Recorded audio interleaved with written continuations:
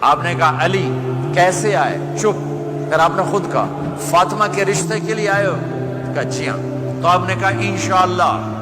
جبریل کے آنے کے بعد بھی کہا انشاءاللہ، یہ نہیں کہا بس ٹھیک ہے ہو گیا ڈن، وہی آ گئی ہے ڈن، نہیں نہیں نہیں نہیں۔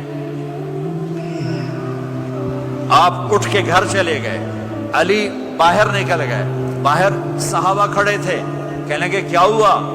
علی کہنے لگے انکار ہو گیا۔ وہ کہنے لگے کیسے؟ کہ کچھ کہا ہی نہیں۔ عبد الرحمن بن عوف کہنے لگے کچھ کہا تھا؟ کہا انشاءاللہ کہا تھا۔ کہ بس پھر ہو گیا ہو گیا۔ یہ انشاءاللہ کیوں کہا؟ ہاں کیوں نہیں کی؟ آپ گھر گئے، کس کو بلا رہے ہیں؟ فاطمہ۔ کون؟ جنت کی عورتوں کی سردار، حسن حسین کی ماں۔ جنت میں نور کی چمک اٹھے گی، جنتی پوچھیں گے یہ نور کیسا ہے؟ کہا جائے گا اوپر کی جنت میں علی و فاطمہ مسکرائے ہیں، ان کے داندوں کے نور سے جنت جگمگائی ہے۔ آپ نے کہا بیٹی فاطمہ علی کا رشتہ آیا ہے، ہاں کر دوں؟ اللہ اکبر اللہ اکبر۔ کیا فاطمہ نے انکار کرنا تھا؟ کیا فاطمہ نے انکار کرنا تھا؟ بیٹی علی کا رشتہ آیا ہے، ہاں کر دوں؟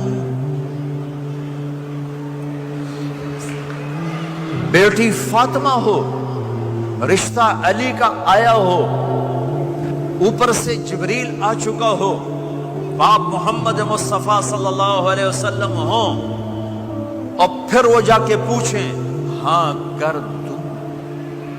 میرے بھائیو، مجھے نہیں پتا یہاں معاشرت کتنی کو بدلی ہے، لیکن ہمارے ہاں بیٹیوں سے نہیں پوچھا جاتا، اور دیہاتوں میں بچوں سے بھی نہیں پوچھا جاتا، بات تیرا کر دیتا ہے ہن بھاویں تو مان یا نہ مان۔ تمہاری بیٹی کا حق ہے کہ وہ کہے میں کروں گی، میں نہیں کروں گی۔ تمہارے بیٹے کا حق ہے وہ کہے میں کرتا ہوں، میں نہیں کرتا۔ اللہ کے واسطے ماں باپ سے کہتا ہوں جبر مت کرو، جبر مت کرو۔ بچوں سے کہتا ہوں اللہ کے واسطے لو میرج کے چکر میں مت پڑو، یہ دھوکہ ہے، یہ خواب ہے، یہ خواب ہے۔ زندگی اخلاق سے گزرتی ہے، شکلوں سے نہیں گزرتی، شکل و صورت سے نہیں زندگی گزرتی، اخلاق سے گزرتی ہے۔ دو واقعے اوپر نیچے ہوئے، ایک خاتون میرے پاس آ کے پھوٹ پھوٹ کے رونے لگی، کہا مولانا میرا خامد کھربوں پتی ہے، اربوں پتی نہیں کھربوں پتی ہے، اور زبان اتنی گندی ہے کہ مجھے اس نے زندہ مار دیا ہے۔ اور چند دن کے بعد ایک نوجوان ملا، کہا مولانا زندگی کی ہر دولت موجود ہے پر میری بیوی کی زبان بہت گندی ہے، میرا گھر برباد ہو کے رہ گیا ہے۔ ایک جگہ عورت کی تیزی نے گھر کو آگ لگائی ہوئی ہے، ایک جگہ مرد کی تیزی نے گھر کو آگ لگائی ہوئی ہے۔ گھروں کی آبادی اچھے اخلاق سے ہوتی ہے۔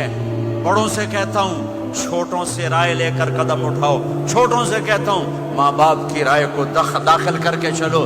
اگر دونوں میں اختلاف ہوتا ہے تو پھر تو ماں باپ سے کہتا ہوں اپنے بچوں کی رائے کو ترجیح دو، زندگی انہوں نے گزارنی ہے۔ یہ میرے نبی کی ایک پاک پاکیزہ خوبصورت زندگی ہے۔ میرے بھائیوں، میں نے آپ کا زیادہ وقت لے لیا، احباب جمع ہے میر حال دل کہہ لے، پھر التفات دلے دوستاں رہے نہ رہے۔ آپ ایک معاشرے میں رہتے ہیں، آپس میں لڑائیاں بھی ہوں گی، جھگڑے بھی ہوں گے، اور بہت سے ایسے ہوں گے عورت عورت سے نہیں بولتی، مرد مرد سے نہیں بولتا۔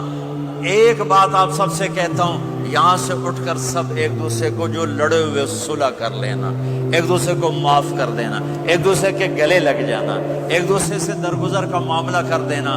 اور خامد اور بیوی اگر لڑے ہوئے ہوں تو ان کی صلح اتنی طاقتور چیز ہے کہ ان کے صلح کرتے اللہ ان کے پچھلے سارے گناہ معاف کر دیتا۔